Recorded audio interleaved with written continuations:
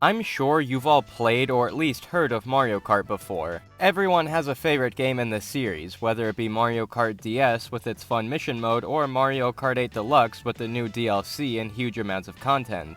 But one game that doesn't get brought up a lot is Mario Kart 7, and why is that? Was the game just not that good, or perhaps it was overshadowed by Mario Kart 8 Deluxe? I think we should take a look at Mario Kart 7 and see if it's any good.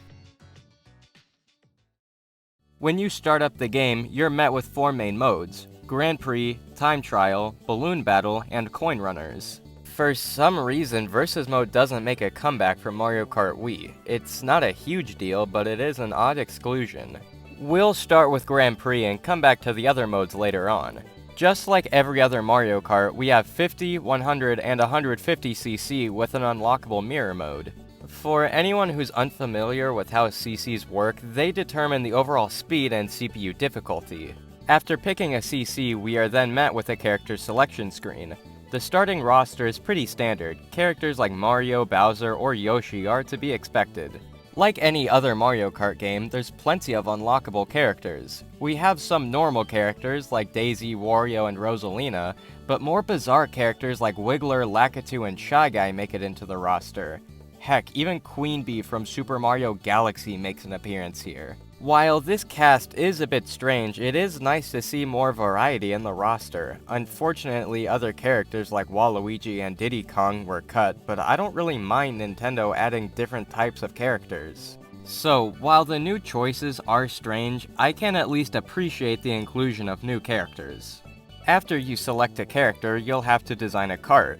Unlike previous games, you can fully customize your kart with different bodies, wheels, and gliders. Strangely enough, the bikes didn't make a reappearance from Mario Kart Wii. I personally prefer the karts, but it is strange that the bikes didn't make a comeback.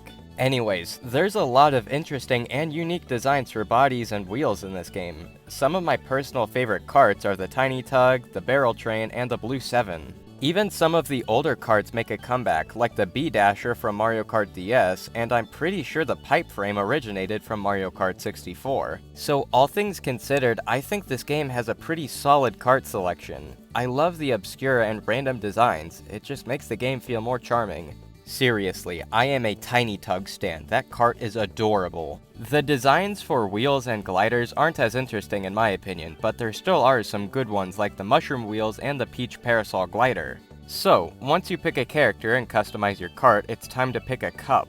And oh man, there are so many great tracks in this game. Some of my personal favorites are Music Park, Daisy Hills, and Neo Bowser City. Except for Wario's Shipyard, all the tracks are well designed and fun to play. Sorry to any Wario Shipyard fans. And of course, I'm gonna talk about this game's Rainbow Road. Personally, I think Mario Kart 7's version of Rainbow Road is the best in the series. There's so many good parts to it, like driving on the rings of a planet, driving on the moon, and this super cool part at the end where you glide around asteroids. Even the music is extremely well put together. Everything about this Rainbow Road is done almost perfectly, and I'm glad they brought it back in the Mario Kart 8 DLC. In addition to Nitro tracks, we also have Retro tracks. There's plenty of good ones like Dino Dino Jungle, Daisy Cruiser, and Coconut Mall. Sadly, there are a couple lame ones in there like Bowser Castle 1 and Mario Circuit 2, but other than that, there's a solid selection. So with all the fun new Nitro tracks and the classic Retro tracks, I'd say Mario Kart 7 has one of the best track selections in the series. Sure, there are some not so stellar options, but the quality of the rest of the tracks more than make up for it. I love Maka Woohoo. Oh hey, what are you doing here? Oh, me? Just spreading the word of the great Maka Woohoo. Oh. Was that all? I love Maka Woohoo! Anyways, moving on to the gameplay, it's still extremely fun. Things like drifting and turning are done pretty well. On top of that, we also see gliding and underwater racing make an appearance for the first time. Both of these features open up track design a lot. Tracks like Maka Woohoo and Daisy Hills make use of gliding extremely well. In Daisy Hills, there are hot air balloons you're supposed to dodge, and even a secret path hidden by windmills. Things like that add a new layer to the typical racing. Sadly, the underwater sections don't add as much as the gliding parts do. Sure, the underwater portions aren't as cool as the gliding, but it is still nice to be able to go underwater in tracks like Daisy Cruiser and Rosalina's Ice World. Just like any other Mario Kart, there has to be items, and Mario Kart 7 added some interesting ones. The 3 new items are the Tanuki Leaf, the Fire Flower, and the Lucky 7. Before we go too deep, I have to quickly defend the Tanuki Leaf. A lot of people aren't a fan of this item, but it's really not as bad as people say. It works well as a defensive and offensive item, since it can smack away both players and items. To be fair, it does stick around for longer than it should, but it's not as bad as people make it out to be. I do prefer items like bananas and shells, but I'm not gonna complain when I get a leaf. The Fire Flower is something we've kind of seen before in Mario Kart Double Dash, but that was more of a wave of fireballs. Here, it's just one fireball at a time, and honestly, I prefer that. You can be a bit more precise with the aiming and strategize more with it.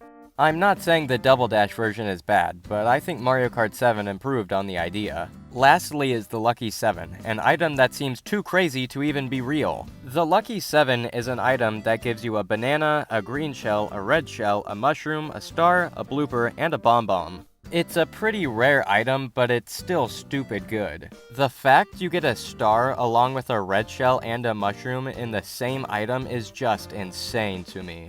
Honestly, all the new items are good and fun to use, and the item balancing is a lot better compared to Mario Kart Wii. Seriously, the item balancing in Mario Kart Wii is a mess.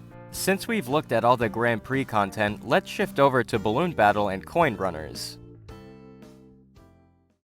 Balloon Battle is pretty much what you'd expect by this point. Steal other balloons and try to have the most by the end of the timer. This mode is a classic and always fun to play whenever you're bored. Coin Runners is what I have a bigger issue with. The main goal in Coin Runners is to collect as many coins as possible, nothing too complex there. Except the only problem is the coin counter caps at 10. You could collect 10 coins and camp for the rest of the game. Of course, this isn't the most fun, but still a very viable option. I think if they just raised the cap to 50, the problem would be solved, since it would take a lot longer to get that many coins. Either way, these are both fun game modes to play and further enhanced due to the fact you can play with CPUs. Trust me, a small feature like that can make all the difference. If I'm being honest, Mario Kart 7 is a pretty amazing game. It added a lot of new features to the series and also got a little experimental with the roster. I think the inclusion of customizable karts really adds more depth and personality to selecting a kart. And the introduction of gliding and underwater racing were great inclusions that really improved the tracks as a whole. I know people do prefer games like Mario Kart Double Dash and 64, but this is still a solid entry in the series. I'd highly recommend you check it out, even if it's just for a brief period. It may not become your favorite Mario Kart, but it's still incredibly fun.